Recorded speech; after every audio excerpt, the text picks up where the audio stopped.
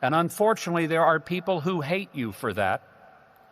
But I've determined that they really, more than they hate you, they hate the God who chose you 3,800 years ago as his people and gave you a place called Israel and gave you a purpose which was to present the law and the light to all the world. Every father wants his children to understand the extraordinary challenges the Jewish people have experienced. Many of you in this graduating class, you are the grandchildren and the great-grandchildren of Holocaust survivors. The fact that your grandparents actually survived the Holocaust is the reason you're here, and you owe them something. Everyone wants, I believe, to make sure that no generation ever forgets what happened during the Holocaust. A young father took his daughter to Yad Vashem in Jerusalem. He wanted her to understand what the Holocaust was all about and why it can never be forgotten. She was 11 years old. He was concerned that maybe she was too young to grasp it. But he knew he had to give her some understanding of why it mattered. So he took her through Yad Vashem. And she witnessed, even as an 11-year-old young lady, the horrific scenes of what happened to people for no reason other than that they were Jewish. As she looked at the pictures and saw the things that happened, the yellow stars that were placed on children younger than her, the father could tell that it was impacting her. As they came to the end of Yad Vashem, the guest book that is at the exit is there for people who have visited to sign and to leave any comments they had. The father watched as his daughter went up to the guest book, took a pen from the father's pocket, and she wrote her name and her address, and then in her childlike scrawl, where it asked for comments, that 11-year-old girl wrote these words: "Why didn't somebody do something?" That's all she wrote. Why didn't somebody do something? It was inconceivable, even to a child, how people could see the brutality, the heinous hate toward people, and to do nothing to stop it. And so, even as a child, she left with the question, why didn't somebody do something? That little girl was my little girl. I was the father, and I took her there when she was 11 years old. It had an impact upon her. Today, she serves in a job another guy once had, me. She's the governor of Arkansas now, the first woman ever to serve the state as governor. And people ask me, are you proud that she's governor? Well, of course I am, but I tell you what I'm more proud of than that. I'm proud that that 11-year-old girl never forgot her responsibility to stand for what's right and to recognize that she must be the somebody to do the something.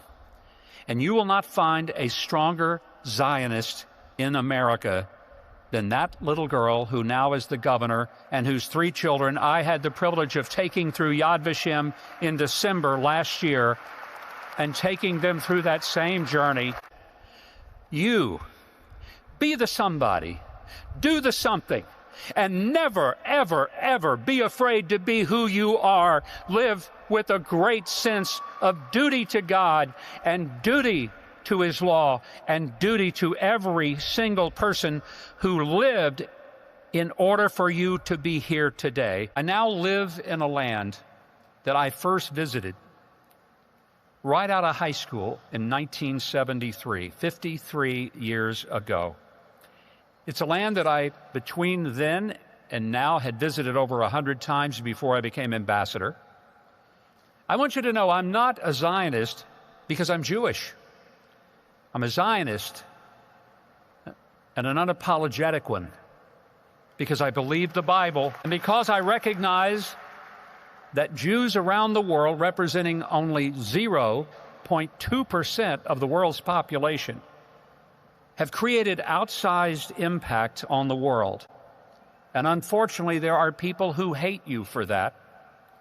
But I've determined that they really, more than they hate you, they hate the God who chose you 3,800 years ago as his people and gave you a place called Israel and gave you a purpose which was to present the law and the light to all the world. You being faithful to that task is not simply something that you should do, it is something that you must do. For there's no one else to whom the Creator of the universe has given such a mission. I recognize that what has happened in the modern state of Israel is nothing short of stunning. I've witnessed it with my own eyes. I've watched what the prophet said would happen come to fruition, that the dry bones would live again, and that the desert would bloom. All the way back in the book of Genesis, the Bible tells us the story of Joseph. We all know the extraordinary path of his life, anything but easy. Falsely accused, sold by his brothers into slavery, left for dead, stuck in an Egyptian prison where he would have rotted had he not been able to interpret a dream, finally rising to the place second in command of all of the nation of Egypt. And then when there was famine in the land of Israel, his brothers, not knowing their brother Joseph was still alive, came begging for assistance for the famine. They at first did not recognize him, but he recognized them. When they realized that this was Joseph, their brother, who they had left for dead, they were afraid that he would have them all killed. Joseph said something to them that I hope you never forget. He said to them, "What you intended for harm, God has used for good." It was not that God authored the harm that came to Joseph. It was not that he was the creator of the calamities in his life, but you serve a God that is so great, so mighty, so overwhelming, that even when the worst things are intended to destroy you, God has the ability to use them for changing the world. It was Joseph being in Egypt that led to the saving of his people from famine. Throughout history, many attempts have been made to eradicate, to annihilate the Jewish people, and more recently, the state of Israel. I hope that there is never a moment in your life where you, for 1 second, apologize for being who you are and where you've come from, but more importantly, for where God wants to take you, for you to lead this world, for you to lead and do great things in spite of those who would stop you if they could. Never forget your past. It's part of who you are. But don't live there. Every time you're in a vehicle, there are two pieces of glass that are very important when you drive.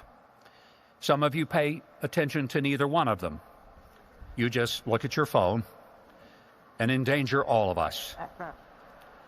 But there are two pieces of glass in that vehicle that you should always take note of. One is the windshield. It's where you look where you're going.